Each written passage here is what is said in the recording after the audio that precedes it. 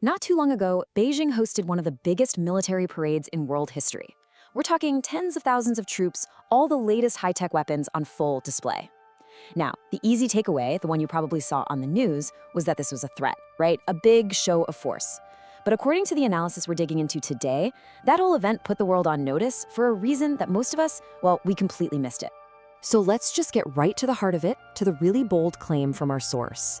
That parade wasn't just a parade, it was a strategic message, and it was so effective that it led to a quiet, behind-the-scenes admission from the Pentagon that a conventional war with China, it's just plain unwinnable. I know that's a huge thing to say, so let's break down how they get there. So where's the proof for a claim that big? Well, the analysis we're looking at says you can find it in a recent draft of the new U.S. National Defense Strategy, and it shows a pretty shocking change. For more than a decade, the big idea in U.S. foreign policy was the pivot to Asia, all about focusing on China.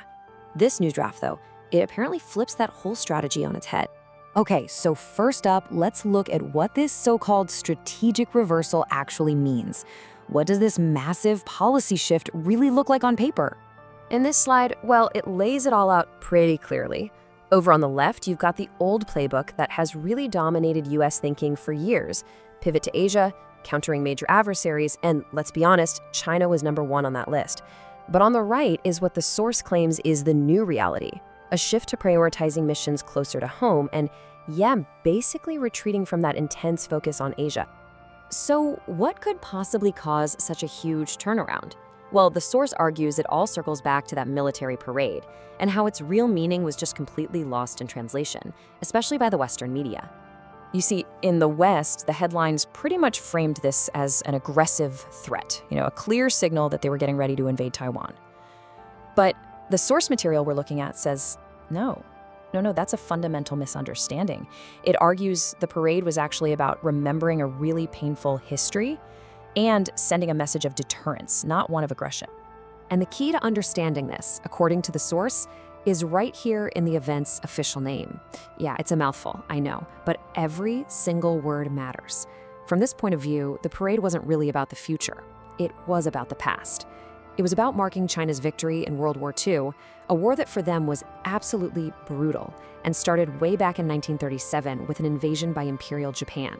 And this chart, wow, this just puts the staggering human cost into perspective. While the US lost around 400,000 soldiers, which is a terrible, terrible price, just look at that compared to the Soviet Union's 27 million dead. And then China, with estimates between 20 and 35 million lives lost.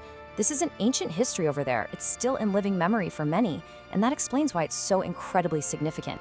And this is where it gets political. The source points to examples like this tweet to argue that this shared history has been kind of twisted for modern political agendas. The argument is that what could have been a moment to reflect on a shared victory was instead used to score points and frame a very different kind of story for today. So, all of this brings us to our next big section, which really gets to the core of the source's argument. If the parade wasn't a threat, if it wasn't about aggression, then what was it? Well, according to this analysis, the purpose was purely defensive. It was a show of deterrence. And to really get this, you have to understand a concept that is absolutely central to Chinese military philosophy, going back thousands of years to Sun Tzu. The ultimate victory isn't winning a war, it's to subdue the enemy without fighting. The goal is to make the conflict so unthinkable for your opponent that it never even starts. So the logic, according to the source, goes something like this. Step 1. The US surrounds China with military bases and assets as a policy of containment. Step 2.